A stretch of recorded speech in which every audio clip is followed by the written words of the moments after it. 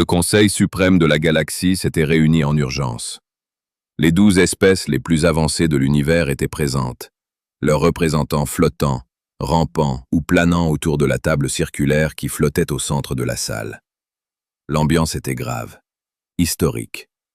Le grand archiviste, une entité de pure mémoire composée de milliards de particules lumineuses, prit la parole. Nous avons étudié 347 civilisations à travers l'univers. Nous avons analysé leur structure sociale, leur système de valeurs, leurs concepts de courage et de peur. Et nous sommes arrivés à une conclusion unanime. Un silence respectueux emplit la salle. Dans toute la galaxie, une seule espèce considère le sacrifice comme une force. Toutes les autres le voient comme une faiblesse, une erreur, une pathologie. Cette espèce, ce sont les humains. Des murmures parcoururent l'assemblée. L'ambassadeur des Vorlons, une créature ressemblant à une immense menthe religieuse aux yeux multiples, agita ses mandibules avec incrédulité. « Expliquez-nous, grand archiviste, comment une espèce peut-elle considérer la perte, le renoncement, la souffrance volontaire comme une force? C'est contre nature.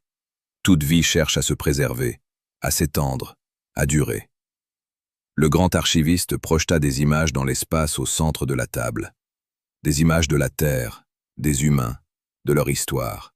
« Observons ensemble, dit-il. Voici un humain, lors d'une de leurs guerres. Il se jette sur une explosion pour sauver ses compagnons. Il meurt. Ses compagnons vivent. Pourquoi a-t-il fait ça?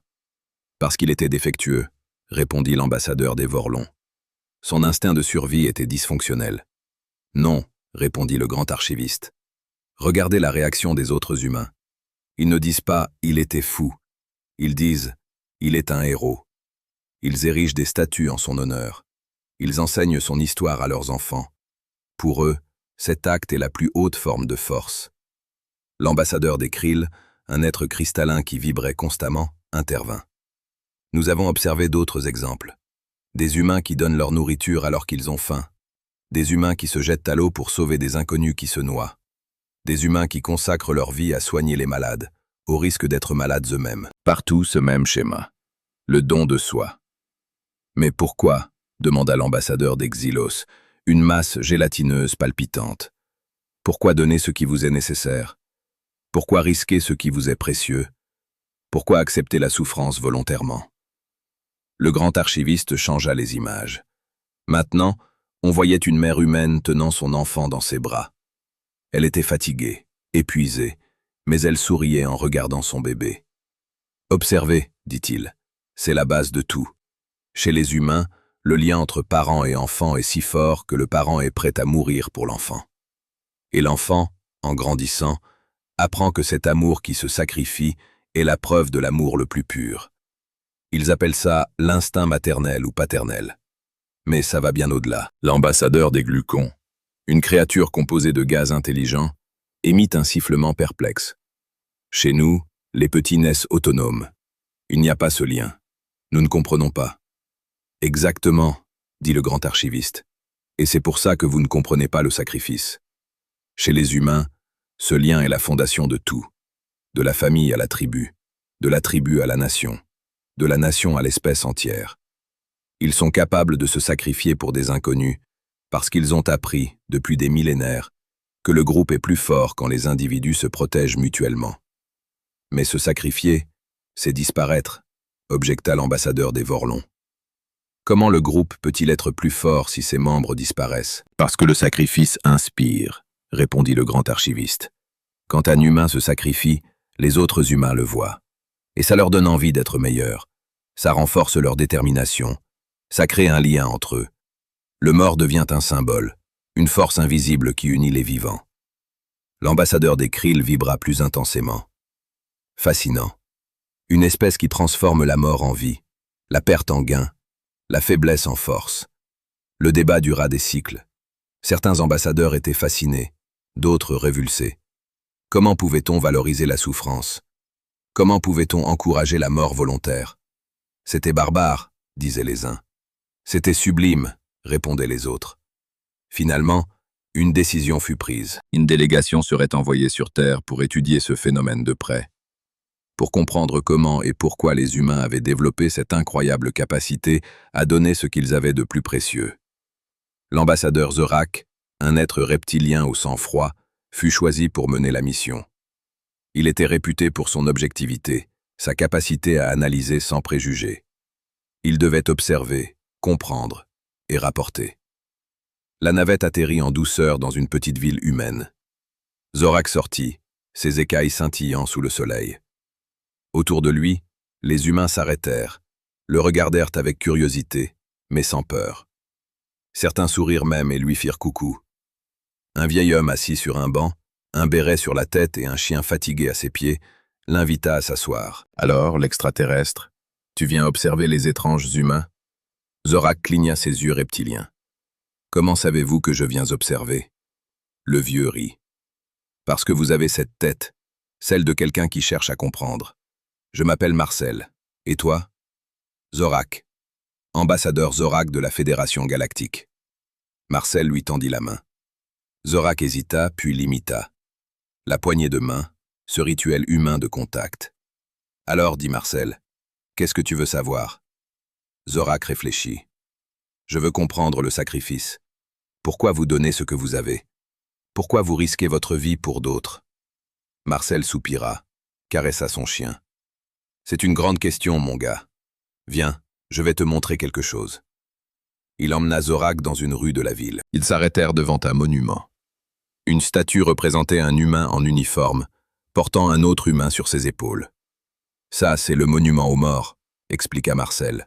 « Tous les gens dont le nom est gravé ici sont morts pour les autres, pour leur pays, pour leurs idées, pour leurs camarades. » Zorak examina la liste des noms. Des centaines, des milliers. Et les humains passent devant, ils regardent ça, et ils se sentent, comment dire, fiers. Fiers et tristes en même temps, dit Marcel. On se souvient d'eux. On leur doit quelque chose. Notre vie, notre liberté, tout ça, c'est grâce à eux. Mais ils sont morts, objecta Zorak. Ils ne profitent pas de cette liberté. Non, mais nous, oui. Et c'est ça le deal, mon gars. On se sacrifie pour que d'autres vivent mieux. Parce que, d'une certaine façon, il est toujours vivant dans nos cœurs. Zorak sentit quelque chose bouger en lui. Une émotion nouvelle, inconnue. Une vibration étrange dans sa poitrine reptilienne. Les jours passèrent. Zorak observa d'autres exemples. Il vit un pompier sortir d'un immeuble en feu, le visage noirci, portant un enfant dans ses bras. La foule applaudit, certains pleurèrent. « Pourquoi applaudir quelqu'un qui a fait son travail ?» demanda Zorak à Marcel. « Parce qu'il a risqué sa vie, » répondit Marcel. « Parce qu'il aurait pu mourir pour sauver cet enfant. » Il visita un hôpital. Il vit des médecins travailler des heures sans dormir, épuisés, malades parfois, mais continuant à soigner. « Pourquoi ne pas rentrer chez vous ?» demanda-t-il à l'un d'eux. « Parce que des gens ont besoin de moi, » répondit le médecin simplement. « Parce que c'est mon rôle. » Il vit une mère donner son rein à son fils malade. « Pourquoi donner un organe ?» demanda Zorak. « Parce que c'est mon fils, » répondit la mère. « Parce que sa vie compte plus que la mienne. » Il vit un soldat revenir de guerre, couvert de médailles. On lui avait tiré dessus pour protéger ses camarades. Il boitait, il souffrait, mais il souriait. « Pourquoi sourire ?» demanda Zorak. « Parce que je suis vivant, » répondit le soldat. « Parce que mes gars sont vivants. Parce que j'ai fait mon boulot. » Zorak commençait à comprendre. Ce n'était pas une pathologie, c'était une logique différente. Une logique où la valeur d'une vie ne se mesurait pas à sa durée, mais à son impact sur les autres vies. Une logique où donner était plus fort que garder, où perdre pouvait être gagné. Un jour, Marcel tomba malade, très malade. Les médecins dirent à Zorak que c'était grave, que Marcel n'en avait plus pour longtemps. Zorak alla le voir à l'hôpital. Le vieil homme était pâle, fatigué, mais il souriait toujours. « Alors, l'extraterrestre, t'as compris notre truc ?»« Je crois que oui, » dit Zorak. « Vous donnez ce que vous avez parce que vous savez que ce que vous donnez devient plus grand en le donnant. L'amour, le temps, la vie même. Plus vous donnez, plus vous êtes fort. » Marcel hocha la tête faiblement. « C'est à peu près ça. Et tu sais quoi? Je suis vieux, je suis fatigué, je vais bientôt mourir. Mais je suis content. J'ai eu une bonne vie. J'ai aimé des gens. J'ai aidé des gens, et ce que j'ai donné, ça reste. Mes enfants, mes amis, toi maintenant, vous vous souviendrez de moi. D'une certaine façon, je vais continuer à vivre à travers vous. Zorak sentit une larme couler sur son œil reptilien. Une larme. Lui, le froid reptile, il pleurait. Marcel sourit. Tu vois, tu commences à devenir humain. Marcel mourut quelques jours plus tard. Zorak assista à son enterrement. Il vit la famille, les amis, le chien fatigué qui pleurait aussi. Il entendit les discours, les souvenirs, les rires mêlés aux larmes. Et il comprit enfin. Le sacrifice n'était pas une perte, c'était un investissement. Un investissement dans les autres, dans le futur, dans l'espèce. Chaque humain qui donnait quelque chose, que ce soit son temps, son énergie, sa santé ou sa vie, semait une graine qui continuerait à pousser après lui. Zorak retourna sur sa planète natale. Il compara devant le Conseil suprême, mais cette fois, il n'était plus le même. Quelque chose avait changé en lui. J'ai observé les humains, commença-t-il, et j'ai compris que nous avions tout faux depuis le début. Explique-toi, Zorak, dit le grand archiviste. Nous, les espèces galactiques, nous mesurons la force par la survie. Plus on survit longtemps, plus on est fort. Plus on accumule, plus on est riche. Plus on se protège, plus on est puissant. C'est notre logique, la logique de l'accumulation. Mais les humains, eux, mesurent la force par le don. Plus on donne, plus on est fort. Plus on se sacrifie, plus on est puissant. Plus on risque sa vie pour les autres, plus on est respecté. C'est leur logique. La logique du don. L'ambassadeur des Vorlons agita ses mandibules avec agitation. C'est illogique. Si tout le monde donne, il ne reste rien. Zorak sourit. C'est ce que je pensais aussi. Mais j'ai vu. Quand un pompier se sacrifie pour sauver un enfant, il ne reste rien du pompier, mais il reste l'enfant. Et cet enfant, grandi, deviendra peut-être quelqu'un qui sauvera d'autres personnes. Le pompier a donné sa vie, mais il a sauvé bien plus que l'enfant. Il a sauvé l'idée que la vie des autres compte. Le grand archiviste projeta des images de la Terre. Regardez leur histoire, dit Zorak. Regardez toutes ces guerres, ces catastrophes, ces épreuves. Par quelle magie ont-ils survécu? Par leur technologie? Non, elle est primitive. Par leur intelligence? Non, d'autres espèces sont plus intelligentes. Par leur force physique? Encore moins. Alors pourquoi? Demanda l'ambassadeur des Krill. Parce qu'ils sont prêts à mourir les uns pour les autres, répondit Zorak. Parce que quand l'un d'eux tombe, 10 autres se lèvent pour prendre sa place.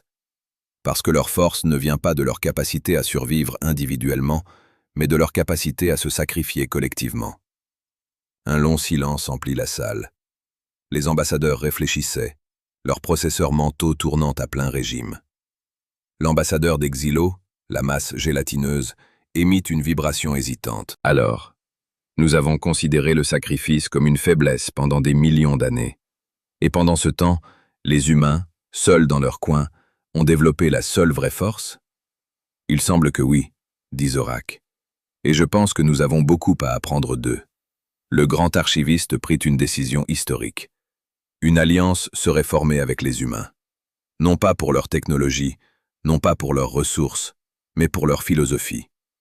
Pour apprendre d'eux cette chose mystérieuse et puissante, la force du sacrifice. Zorak retourna sur Terre pour annoncer la nouvelle. Il se rendit sur la tombe de Marcel, avec le chien fatigué qui vivait maintenant chez un voisin. « Marcel, dit-il à voix basse, tu avais raison. Le sacrifice n'est pas une perte. C'est le plus grand des cadeaux. Et grâce à toi, grâce à tous les humains, toute la galaxie va apprendre à donner. » Le chien remua la queue, comme s'il comprenait. Des années passèrent. L'alliance entre les humains et la Fédération galactique prospéra. Les extraterrestres apprirent lentement, difficilement, le concept du don.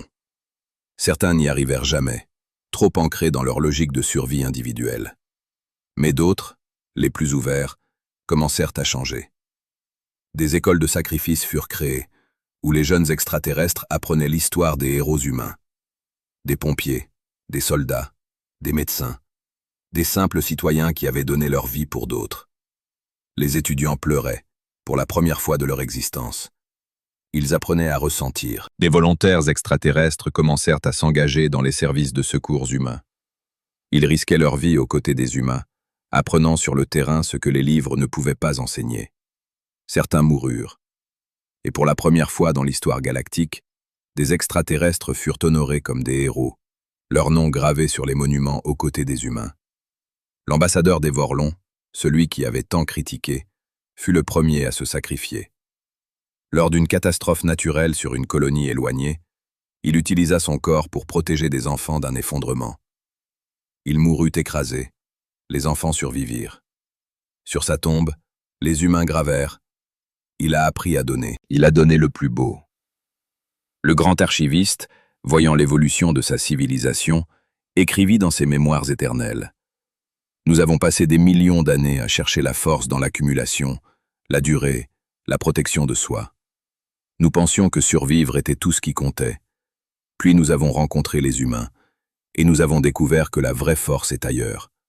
Elle est dans le don, le risque, le sacrifice. Elle est dans cette incroyable capacité à donner ce qu'on a de plus précieux pour des étrangers, pour des inconnus, pour des générations futures qu'on ne verra jamais. Les humains appellent ça l'amour. Nous appelons ça maintenant la leçon la plus importante de l'univers. Des siècles plus tard, un jeune extraterrestre demanda à son professeur « Maître, pourquoi les humains sont-ils si spéciaux ?» Le professeur, un vieux sage qui avait connu les premiers contacts, sourit. « Parce qu'ils ont compris quelque chose que nous n'avons jamais compris, mon enfant. Ils ont compris que la vie ne vaut d'être vécue que si elle est donnée. Que la vraie richesse, c'est ce qu'on laisse aux autres. Que la seule immortalité qui existe, c'est de vivre dans le cœur de ceux qu'on a aimés et servis. » L'élève réfléchit. Alors, être fort, c'est être prêt à mourir pour les autres? Le professeur secoua la tête. Non, mon enfant. Être fort, c'est être prêt à vivre pour les autres. Le sacrifice, ce n'est pas la mort. C'est la vie donnée.